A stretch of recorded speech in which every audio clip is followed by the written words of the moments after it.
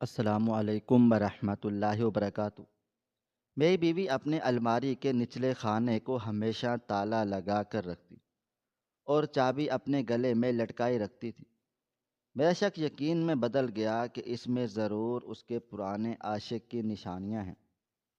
ایک دن وہ نہانے گئی، میں نے موقع پا کر ہتھوڑی سے تالا توڑ دیا۔ اندر سے کوئی خط یا تصویر نہیں نکلی، بلکہ وہاں مختلف قسم کے زہر کی چھوٹی چھوٹی شیشیاں اور ایک ڈائری پڑی تھی۔ میں نے کانپتے ہوئے ہاتھوں سے ڈائری کھولی۔ اس میں پچھلے 6 ماہ کی تاریخیں درج تھیں اور ہر تاریخ کے سامنے لکھا تھا: شک ایک ایسی دیمک ہے جو مضبوط سے مضبوط رشتے کو بھی اندر سے کھوکھلا کر کے رکھ دیتی ہے۔ یہ وہ زہر ہے جس کا تریاق لقمان حکیم کے پاس بھی نہیں تھا، اور بدقسمتی سے یہ زہر میرے رگ و پے میں سرایت کر چکا تھا۔ میرا نام آفتاب ہے اور میں اپنی زندگی کے اس موڑ پر کھڑا تھا جہاں مجھے اپنی 10 سالہ رفاقت ایک دھوکہ لگ رہی تھی۔ میرے سامنے وہ بند الماری تھی جو پچھلے 6 ماہ سے میری اور میری بیوی میمونہ کے درمیان ایک دیوار بدلن بن کر کھڑی ہوئی تھی۔ باہر موسلادھار بارش ہو رہی تھی اور بادلوں کی گرج میرے دل کے طوفانوں کے ساتھ ہم آہنگ تھی۔ میں نے اپنا ہاتھ میں پکڑی ہوئی بھاری ہتھوڑی کو دیکھا اور پھر باتھ روم کے بند دروازے کی طرف دیکھا جہاں سے پانی گرنے کی آوازیں آ رہی تھی۔ میمونہ نہانے چلی گئی تھی اور یہ میرے پاس واحد موقع تھا کہ میں اس راز سے پردہ اٹھا سکوں جو میری خوشیوں کو نگل رہا تھا۔ لیکن اس لمحے تک پہنچنے کی داستان بہت طویل اور کربناک ہے۔ ہماری شادی کو 10 سال گزر چکے تھے۔ میمونہ میری پسند تھی، میری محبت تھی۔ اسے حاصل کرنے کے لیے میں نے زمانے بھر سے جنگیں لڑی تھی۔ وہ خوبصورتی کا ایک شاہکار تھی جسے دیکھ کر آنکھیں ٹھہر جاتی تھیں۔ شروع کے چند سال تو ایسے گزرے جیسے ہم جنت میں رہ رہے ہوں۔ ہماری دنیا ایک دوسرے سے شروع ہوتی تھی اور پھر ایک دوسرے پر ختم ہو جاتی، لیکن ہر مشکل تصویر میں کہیں نہ کہیں کوئی ادھورا پن رہ جاتا ہے۔ ہماری زندگی کا ادھورا پن اولاد کی کمی تھی۔ شادی کے پہلے 2 سال ہم نے اس کمی کو محسوس نہیں کیا، لیکن جیسے جیسے وقت گزرتا گیا گھر کا آنگن ویران لگنے لگا۔ ہمارے دوستوں کے درمیان بچوں کی کلکاریوں سے گونجنے لگے دوستوں کے گھر، اور ہمارا گھر خاموش ہوتا چلا گیا۔ میں نے کبھی میمونہ کو اس کمی کا احساس نہیں دلایا کیونکہ میں جانتا تھا کہ وہ خود اس دکھ سے کو مجھ سے زیادہ محسوس کرتی ہیں۔ ہم نے ڈاکٹروں کے چکر لگائے، پیروں فقیروں کی خاک چھانی، وظیفے کیے، منتیں مانگی، لیکن شاید خدا کی مصلحت کچھ اور ہی تھی۔ رپورٹوں میں ہمیشہ یہی آتا کہ میمونہ جسمانی طور پر کمزور ہے اور اس کا رحم بچے ٹھہرانے کے قابل نہیں ہے۔ ڈاکٹروں نے واضح الفاظ میں کہہ دیا تھا کہ حمل اس کے جان کے لیے بہت بڑا خطرہ بن سکتا ہے۔ میں نے اس حقیقت کو تسلیم کر لیا کیونکہ مجھے اولاد سے زیادہ میمونہ عزیز تھی۔ میں نے اسے کہا تھا، میمونہ تم ہو تو سب کچھ ہے، مجھے بچے نہیں چاہیے، ہم ایک دوسرے کے لیے کافی ہیں۔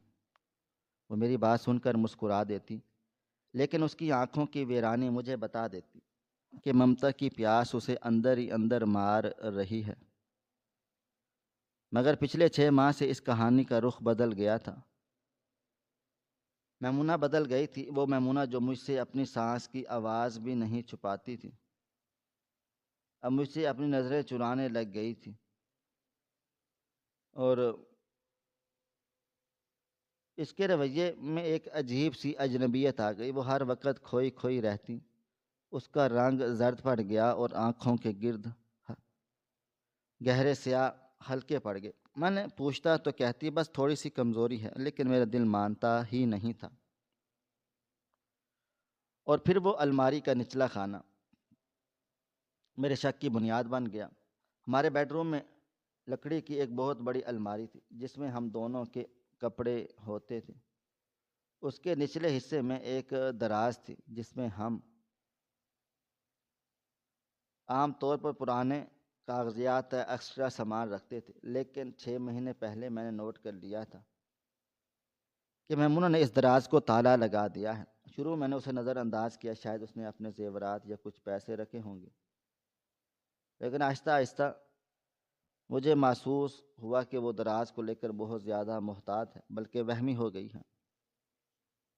اس کی چابی وہ ایک کالے دھاگے میں پرو کر اپنے گلے میں لٹکائے رکھتی تھی۔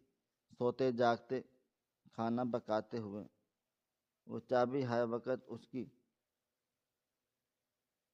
گلے میں وجود کا حصہ ہی بنی رہتی تھی، یہاں تک کہ جب وہ سو رہی ہے اور میں پیار سے اس کے قریب جاتا تو اس کا ہاتھ بے اختیار چابی پر چلا جاتا، جیسے اسے ڈر ہو کہ میں وہ چابی چھین لوں گا۔ یہ بات میرے لیے ناقابل برداشت ہوتی جا رہی تھی۔ ہمارے درمیان کبھی کوئی راز نہیں تھا۔ میرا موبائل، میرا لیپ ٹاپ، میرا بٹوا سب اس کی دسترس میں تھا۔ تو پھر اس دراز میں ایسا کیا تھا جو مجھ سے چھپا رہی تھی؟ شک کے ناگ نے مجھے بری طرح سے ڈسنا شروع کر دیا تھا، اور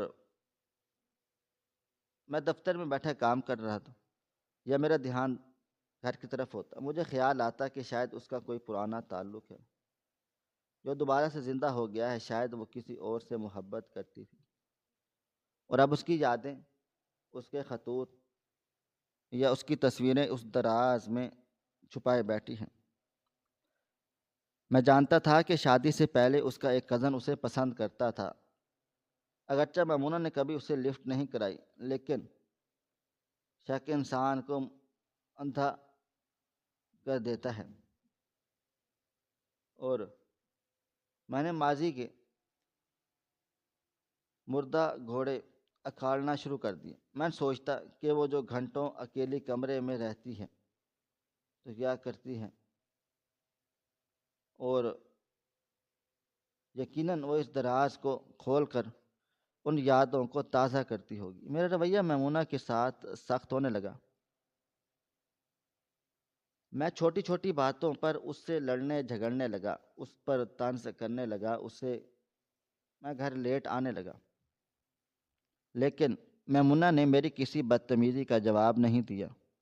وہ خاموشی سے میری ڈانٹ ڈپٹ سن لیتی اور اپنی نم آنکھیں لے کر دوسرے کمرے میں چلی جاتی۔ اس کی یہ خاموشی مجھے اور زیادہ مشتعل کر دیتی۔ مجھے لگتا کہ اس کے مجرم ہونے کی نشانی ہے۔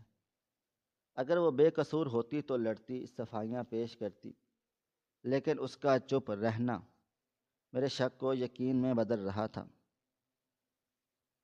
ایک رات میں پیاس کی وجہ سے اٹھا تو دیکھا میمونہ بستر پر نہیں۔ میں نے دیکھا کہ وہ اسی الماری کے سامنے فرش پر بیٹھی ہے، دراز کھلی ہے اور وہ کسی چیز کو اپنے سینے سے لگائے سسک رہی ہے۔ میرے گھر میں اندھیرا تھا کمرے میں، اس لیے میں دیکھ نہ سکا کہ وہ کیا چیز ہے۔ میں نے لائٹ جلائی تو وہ ہڑبڑا گئی اور فوراً سے چیز دراز میں ڈال کر تالا لگا دیا۔ اس کے چہرے پر ہوائیاں اڑ رہی تھی۔ میں نے غصے سے پوچھا، کیا چھپا رہی ہو تم اس دراز میں؟ دکھاؤ مجھے۔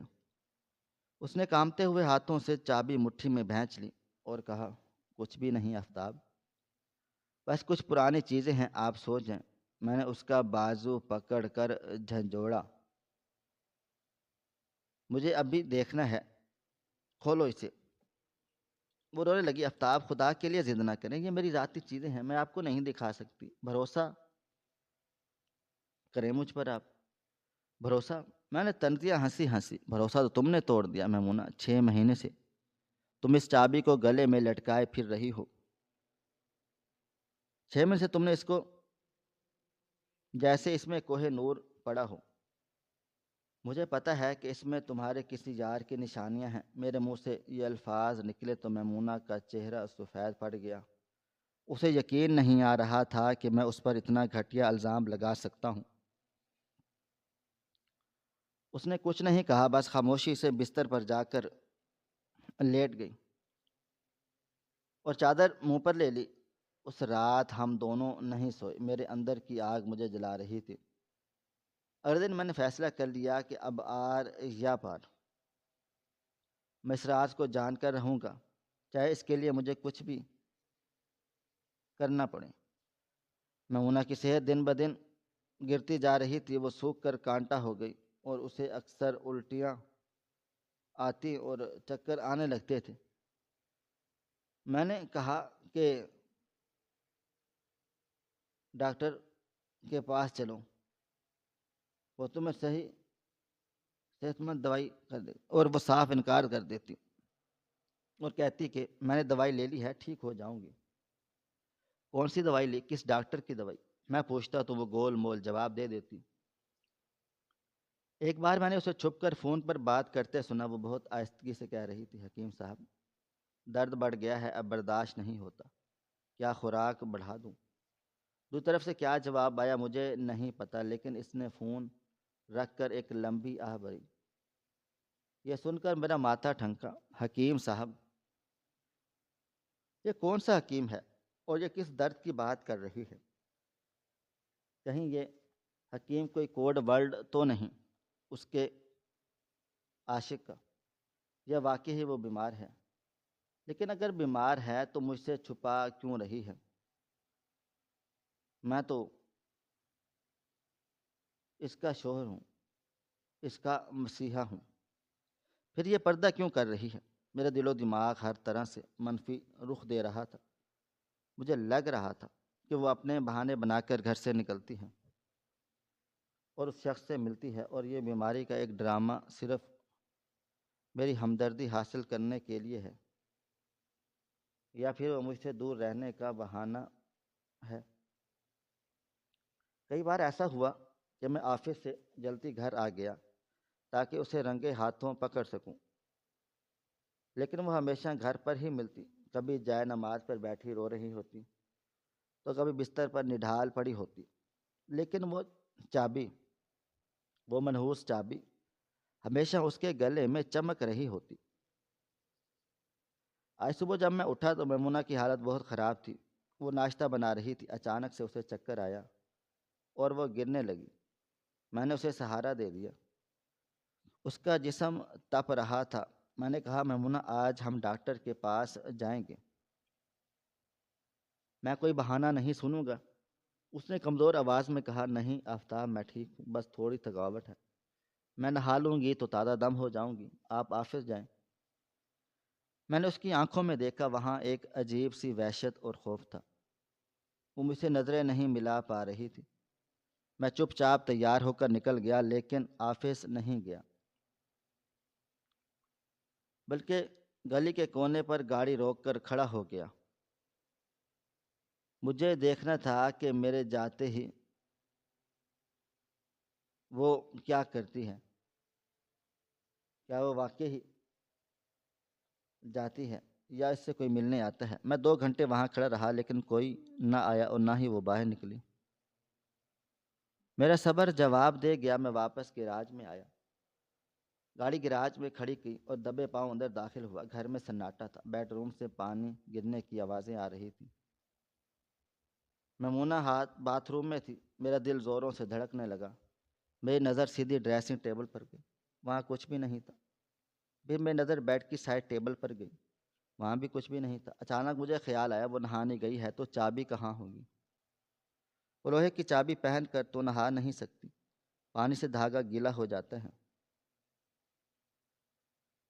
میں نے دیوانہ وار کمرے میں نظریں دوڑائی اور پھر میری نظر تکیے کے نیچے جھانکتے ہوئے کالے دھاگے پر پڑی۔ میرا دل اچھل کر حلق میں آ گیا۔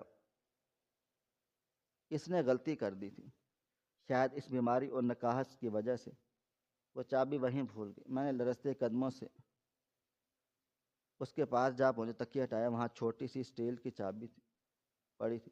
جو پچھلے 6 ماہ سے میرے سکون کی دشمن بنی تھی۔ میں نے چابی اٹھا لی اور ہاتھ کانپ رہا تھا۔ میں نے باتھ روم کی طرف دیکھا، شاور کی آواز مسلسل آ رہی تھی۔ اس کا مطلب تھا کہ میرے پاس وقت ہے۔ میں نے تیزی سے الماری کی طرف بڑھا۔ میں نے چابی تالے میں لگائی اور گھمائی، لیکن یہ کیا؟ تالا نہیں کھلا۔ میں نے دوبارہ کوشش کی، زور لگایا، لیکن تالا جام تھا۔ شاید زنگ لگ چکا تھا، یا پھر نیا طریقہ، چابی میں کوئی مسئلہ تھا، اور یا شاید میمونہ نے جلدی تالا ٹھیک سے نہیں لگایا اور اب وہ اٹک گیا تھا۔ میرے پاس وقت کم تھا، میمونہ کسی بھی وقت باہر آ سکتی تھی۔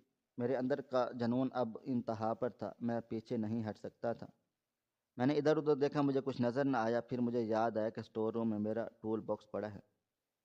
میں بھاگتا ہوا اسٹور روم میں چلا گیا اور وہاں سے ایک بھاری ہتھوڑی لایا۔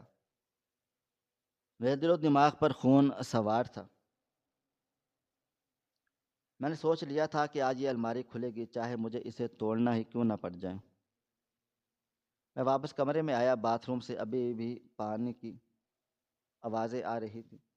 میں الماری کے سامنے گھٹنوں کے بل بیٹھ گیا۔ میں نے ہتھوڑی بلند کی اور پوری قوت سے اس تالے پر ماری۔ ٹھک! لکڑی چٹکنے کی آواز آئی اور لیکن تالا نہیں ٹوٹا۔ میں نے دوبارہ وار کیا، اس بار زیادہ زور سے۔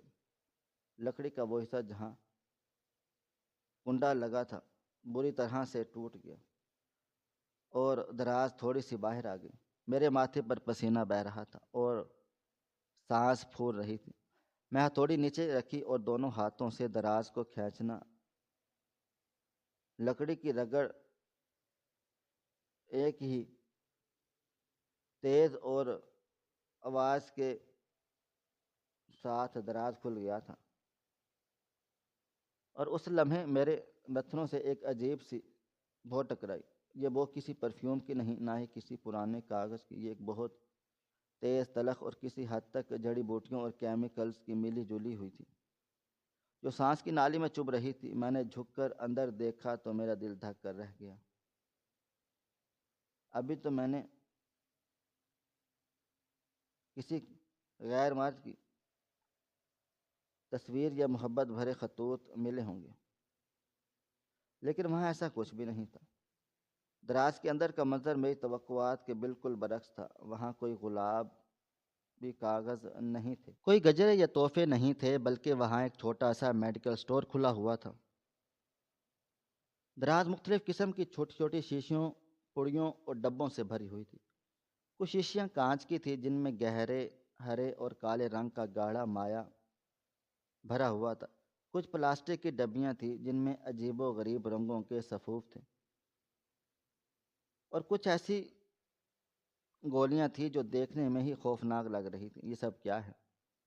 میں نے حیرت سے سوچا، کیا میمونہ نشہ کرتی ہے یا یہ کوئی کالا جادو ہے؟ میں نے کانپتے ہاتھوں سے شیشی اٹھائی اور اس پر ہاتھ سے لکھا ہوا ایک لیبل تھا، جس کی لکھائی بہت مدھم تھی۔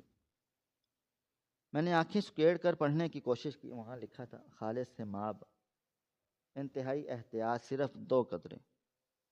میرے پیروں تلے سے زمین نکل گئی۔ سیماب یعنی پارا، یہ تو زہر ہوتا ہے۔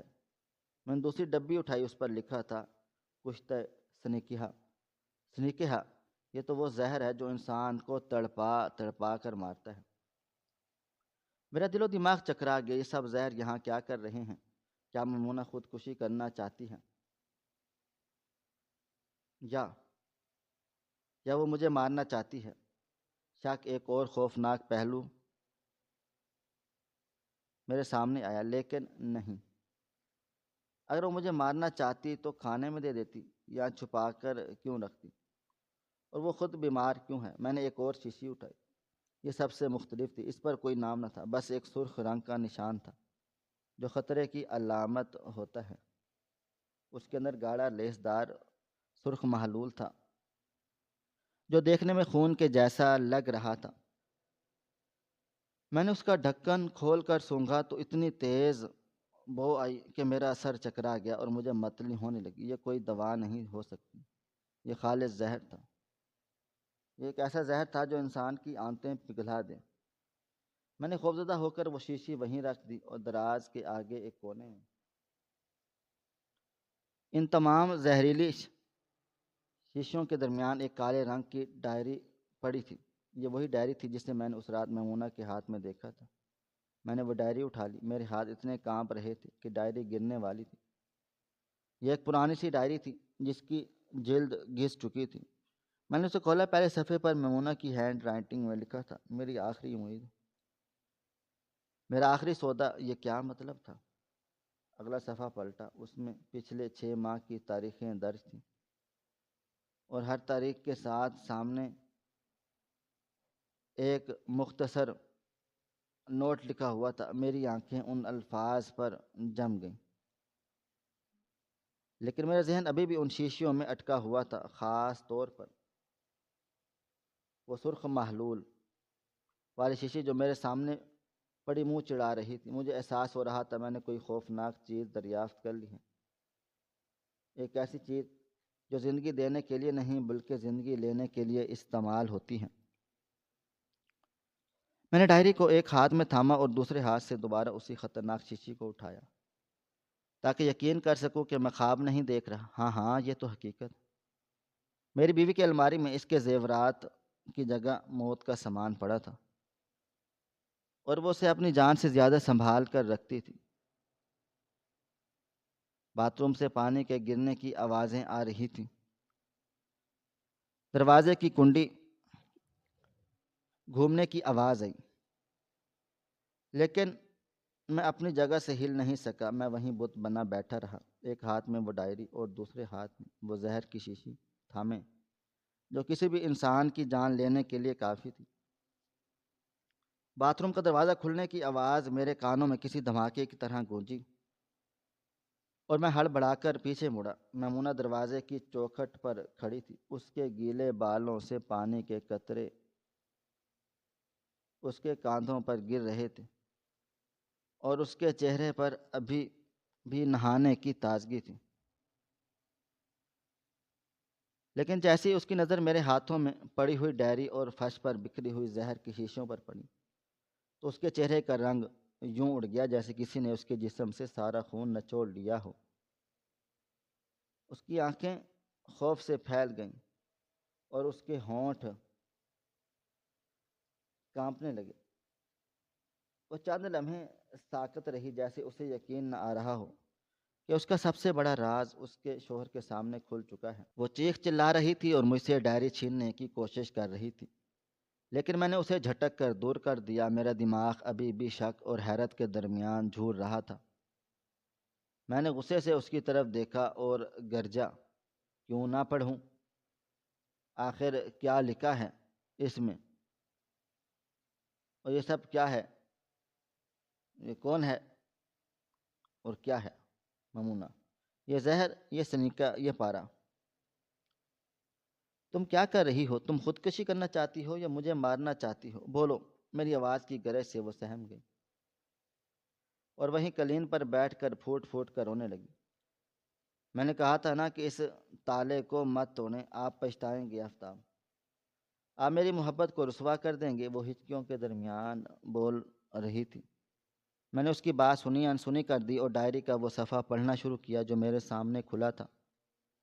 تاریخ 6 ماہ پرانی تھی، لکھا تھا، آج میں نے حکیم بابا سے وہ پہلی پوڑیا لی۔ انہوں نے کہا یہ کشتہ سنیکا ہے، یہ پیٹ میں جا کر آگ لگا دیتا ہے، لیکن یہ وہی آگ ہے جو میری بانجھ کو زرخیز کر سکتی ہے۔ میں نے وہ زہر پانی کے ساتھ نگل لیا۔ آدھے گھنٹے کے بعد مجھے لگا جیسے میری آنتیں کٹ رہی ہوں۔ میں باتھ روم میں جا کر بہت زیادہ روئی، منہ سے خون بھی آیا، لیکن میں نے آفتاب کو نہیں بتایا۔ اگر انہیں پتہ چلتا تو وہ مجھے روک دیتے اور میں انہیں اولاد کی خوشی دینے کے لیے زہر تو کیا، پگھلا ہوا سیسا بھی پی سکتی ہوں۔ یہ الفاظ پڑھ کر میرے ہاتھوں سے جان نکل گئی۔ مجھے یاد آیا کہ ٹھیک 6 ماہ پہلے ایک رات میمونہ کو شدید الٹیاں لگ گئی تھیں اور اس نے کہا تھا کہ شاید فوڈ پوائزننگ ہو گئی ہے۔ تو کیا وہ فوڈ پوائزنگ نہیں تھی؟ کیا اب اس نے خود کیا تھا؟ میں نے جلدی سے اگلا صفحہ پلٹا، وہاں لکھا تھا 2 مہینہ، آج حکیم صاحب نے پارا کی مقدار بڑھا دی ہے، میرا جسم ہر وقت ٹوٹتا رہتا ہے، میرے بالوں کے گچھے گر رہے ہیں اور دانتوں میں شدید درد ہے۔ حکیم صاحب کہتے ہیں یہ نشانی ہے کہ دوا اثر کر رہی ہے، یہ زہر میرے جسم کے اندر فاسد مادوں کو ختم کر رہا ہے۔ آج جب آفتاب نے میرے اندر کے فاسد مادوں کو ختم کر دیا ہے، سر میں درد کی وجہ سے پوچھی تو میں نے جھوٹ بول دیا۔ مجھے ان کی آنکھوں میں اپنے لیے فکر دیکھ کر بہت تکلیف ہوتی ہے، لیکن مجھے بہت مضبوط رہنا ہوگا، صرف چند خوراکیں اور پھر شاید ہمارے گھر میں ننھا مہمان آ جائے۔ میری آنکھوں سے بے اختیار آنسو گرنے لگے۔ میں نے جس عورت کو بد کردار سمجھ رہا تھا، جس پر میں شک کر رہا تھا، وہ اپنے عاشق کی یاد میں کھوئی رہتی ہے۔ وہ دراصل میری خاطر، صرف مجھے باپ بنانے کی خاطر اپنی جان کو رسک میں ڈال رہی۔ میں نے ایک اور صفحہ پلٹا جہاں 3 دن پرانی تاریخ درج تھی۔ آج حکیم صاحب مجھے وہ آخری شیشی دی ہے، سرخ محلول۔ انہوں نے کہا ہے کہ سب خطرناک سے مرحلہ ہے، یہ زندگی اور موت کا جوا ہے۔ اگر میرا جسم اسے برداشت کر گیا تو امید کی کرن جاگ اٹھے گی، اگر نہ کر سکا تو شاید میری کہانی ختم ہو جائے گی۔ میں نے شیشی الماری میں چھپا دی ہے۔ میں ڈر رہی ہوں، موت سے نہیں بلکہ اس بات سے اگر کہ میں مر گئی تو آفتاب کا کیا ہوگا۔ لیکن پھر میں ان کی خالی گود کو دیکھتی ہوں تو مجھے موت بھی آسان لگتی ہے۔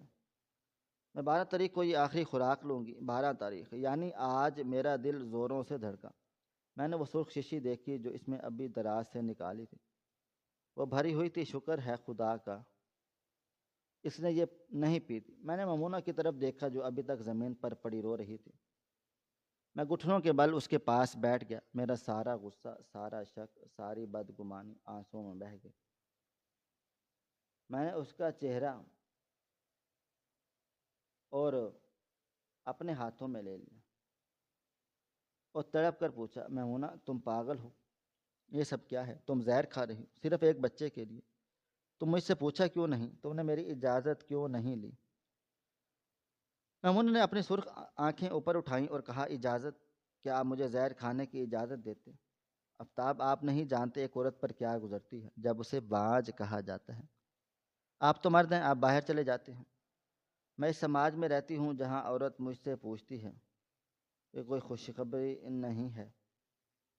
میری دیورانیاں مجھے ترس گئی ہیں اور ترس کی نگاہوں سے دیکھتے ہیں، اور سب سے بڑھ کر میں آپ کی آنکھوں میں وہ حسرت دیکھ سکتی ہوں جو آپ چھپانے کی کوشش کرتے ہیں۔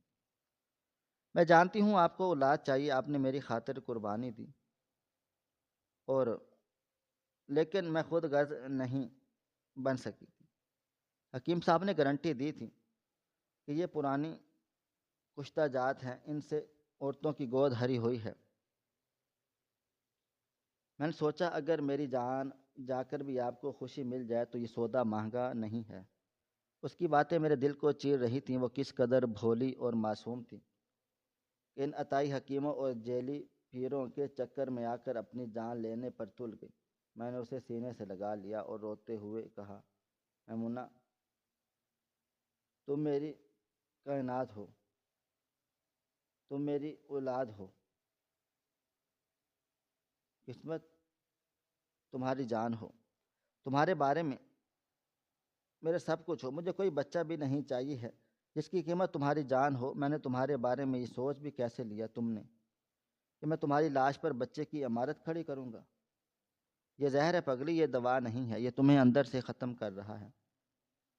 ابھی میں یہ کہہ ہی رہا تھا، اچانک میمونہ کے جسم میں ایک زوردار جھٹکا لگا۔ اس نے اپنے پیٹ کو دونوں ہاتھوں سے پکڑ لیا اور درد سے چیخ ماری۔ اس کا چہرہ جو پہلے سے پیلا تھا اب نیل گون ہونے لگا، اس کے منہ سے جھاگ نکلنے لگی۔ میں بری طرح سے گھبرا گیا۔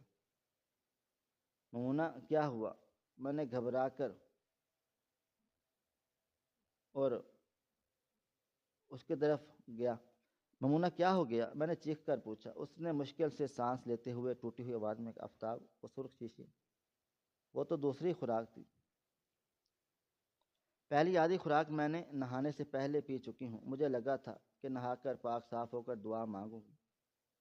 یہ سن کر میرے پیروں تلے سے زمین نکل گئی، آسمان میرے سر پر گر پڑا۔ وہ سرخ شیشی آدھی خالی تھی۔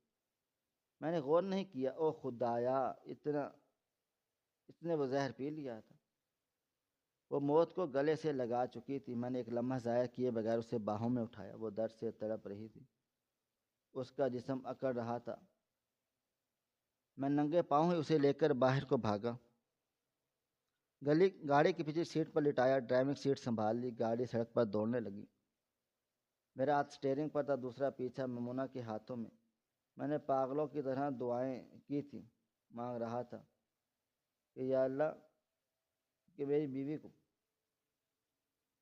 میمونہ کو بچا لے۔ میں نے اس پر شک کیا، میں گناہ گار ہوں، مجھے سزا دے، لیکن میری پاکیزہ بیوی کو بچا لے۔ ہسپتال کا راستہ بہت لمبا لگ رہا تھا۔ میمونہ کی حالت بگڑتی جا رہی تھی، وہ نیم بے ہوشی کے عالم میں بڑبڑا رہی تھی۔ آفتاب، مجھے معاف کر دینا، میں آپ کو خوشی نہیں دے سکتی، میں ایک ناکام عورت ہوں۔ میں روتے ہوئے چلا رہا تھا، چپ کرو میمونہ، تم میری زندگی ہو، ہمت مت ہارنا، ہم ہسپتال پہنچنے ہی والے ہیں۔ ٹریفک کا شور، گاڑیوں کے ہارن اور بارش کی آواز، سب کچھ میرے کانوں میں گونج رہا تھا، لیکن میرا دھیان صرف میمونہ کی سانسوں پر تھا جو اکھڑ رہی تھیں۔ بالآخر گاڑی ہسپتال کی ایمرجنسی کے سامنے رکی۔ میں نے گود میں اٹھایا اور اندر بھاگا۔ ڈاکٹر کوئی ہے؟ پلیز میری بیوی کو بچائیں، اس نے زہر کھا لیا ہے۔ میری چیخیں سن کر اسٹریچر لے آئے اور اسے لے گئے۔ ڈاکٹر فوراً اسے گر جمع ہو گئے۔ میں نے انہیں وہ شیشی دکھائی جو میں نے احتیاط سے جیب میں ڈال لی۔ ڈاکٹر نے شیشی سونگی، اس کا لیول پڑھا تو اس کے ماتھے پر پسینہ آ گیا۔ اس نے کہا، یہ تو انتہائی خطرناک سنکیا اور پارا کا مرکب ہے، یہ تو سیدھا گردوں اور جگر پر حملہ کرتا ہے، اس کی حالت بہت تشویشناک ہے۔ ہم پیٹ واش کریں گے لیکن زہر خون میں شامل ہو چکا ہے، دعا کریں۔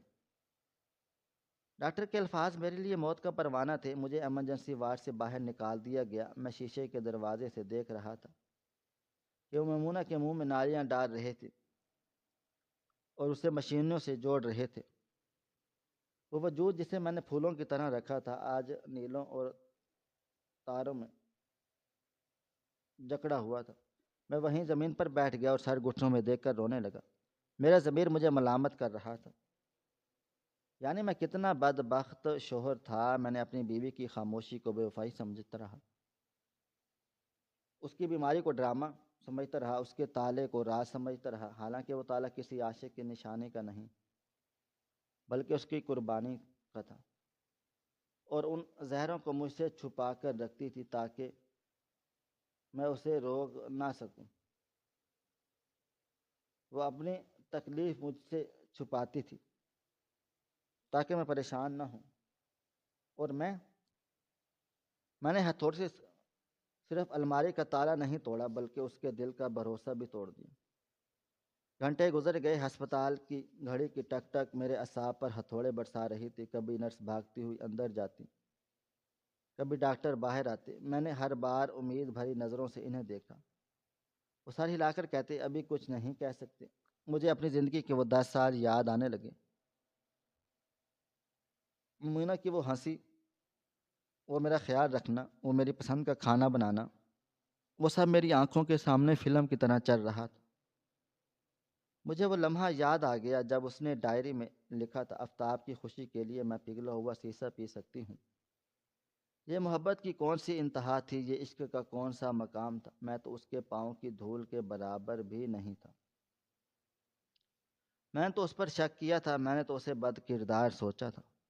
یا اللہ، اگر اسے کچھ ہو گیا تو میں کیسے جیوں گا، میں تو خودکشی کر لوں گا۔ میں نے دل میں عہد کیا، اگر اس بچ گئی تو اسے کسی چیز کے لیے مجبور نہ کروں گا، ساری دنیا سے لڑ جاؤں گا لیکن اسے اداس نہیں ہونے دوں گا۔ رات کے 3 بجے ڈاکٹر باہر نکلے، ان کے چہرے پر تھکن تھی۔ میں بھاگ کر ان کے پاس چلا گیا۔ ڈاکٹر نے لمبا سا سانس لیا اور کہا، مسٹر آفتاب، آپ کی بیوی بہت بہادر ہے، زہر کی مقدار بہت زیادہ تھی اور ہم نے اس کے گردوں کو کافی نقصان پہنچایا ہے۔ ہم نے زہر نکال دیا ہے اور اینٹی ڈوٹ دے دیا ہے، اگلے 24 گھنٹے بہت اہم ہیں۔ اگر اس کے گردوں نے کام کرنا شروع کر دیا تو وہ بچ جائے گی، فی الحال وہ کوما میں ہے۔ یہ سن کر میری جان میں جان آئی، کم از کم وہ زندہ تو ہے۔ میں نے شکرانے کے نفل ادا کیے۔ اگلے 2 دن میں نے آئی سی یو کے باہر مسلح پر بیٹھے گزار دیے تھے۔ میں نے کچھ نہ کھایا پیا، بس روتا رہا، دعا کرتا رہا۔ تیسرے دن صبح کے وقت نرس نے آ کر بتایا میمونہ کو ہوش آ گیا ہے۔ میں دیوانہ وار اندر بھاگا۔ میمونہ بستر پر لیٹی تھی، اس کے چہرے پر آکسیجن ماسک تھا اور ہاتھوں میں ڈرپ لگی تھی۔ وہ بہت کمزور لگ رہی تھی، لیکن آنکھیں کھلی تھی، وہ مجھے دیکھ سکتی تھی۔ اس کی آنکھوں میں آنسو آ گئے۔ اس نے ہاتھ ہلانے کی کوشش کی اور ہاتھوں سے، لیکن اس میں ہمت ہی نہیں تھی۔ میں نے آگے بڑھ کر اس کا ہاتھ تھام لیا اور اسے چومنے لگا۔ میرے آنسو اس کے ہاتھوں پر گر رہے تھے۔ میں نے ماسک ہٹا کر اس کے ماتھے پر بوسہ دیا اور روتے ہوئے کہا، مجھے معاف کر دو میمونہ، میں ہار گیا ہوں۔ تمہاری محبت جیت گئی، تم نے مجھے شرمندہ کر دیا۔ اس نے بہت دھیمی آواز میں سرگوشی کرتے ہوئے کہا، بچہ۔ میں نے اس کے منہ پر انگلی رکھ دی اور کہا، خبردار جو آج کے بعد بچے کا نام لیا۔ مجھے کچھ بھی نہیں چاہیے، مجھے صرف تم چاہیے، زندہ اور سلامت۔ بچے، خدا کی قسم، اگر تمہیں کچھ ہو بھی جاتا تو ہم کیا کرتے؟ اور لعنت بھیجتا ہوں میں ایسی اولاد پر جو مجھ سے میرے میمونہ چھین لے۔ اس نے مسکرانے کی کوشش کی۔ اس کی مسکراہٹ میں درد تھا اور سکون بھی۔ ڈاکٹر نے کہا کہ اس کی صحت یابی میں وقت لگے گا، اس کے گردوں کے علاج کے لیے لمبی دوا کھانی پڑے گی، لیکن وہ خطرے سے باہر تھی۔ میں اسے گھر لے آیا۔ میں نے وہ الماری، وہ ٹوٹی ہوئی دراز اور ڈائری، وہ تمام زہر کی شیشیاں ہمیشہ کے لیے ختم کر دی۔ میں نے وہ ڈائری جلا دی کیونکہ میں نہیں چاہتا تھا وہ کربناک یادیں ہمارے گھر میں رہیں، لیکن وہ الفاظ میرے دل پر نقش ہو چکے تھے۔ میمونہ کی صحت آہستہ آہستہ بحال ہونے لگی۔ میں نے آفس سے لمبی چھٹی لی اور اس کی خدمت میں لگ گیا۔ اسے اپنے ہاتھوں سے کھانا کھلاتا، اسے دوائی دے دیتا، اسے کہانیاں سناتا۔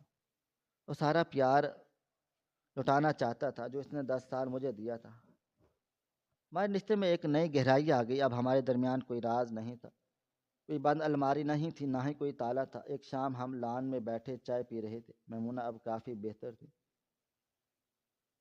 اس نے میرا ہاتھ تھام کر کہا، آفتاب، آپ کو سچ میں افسوس نہیں ہوتا کہ ہماری اولاد نہیں ہے؟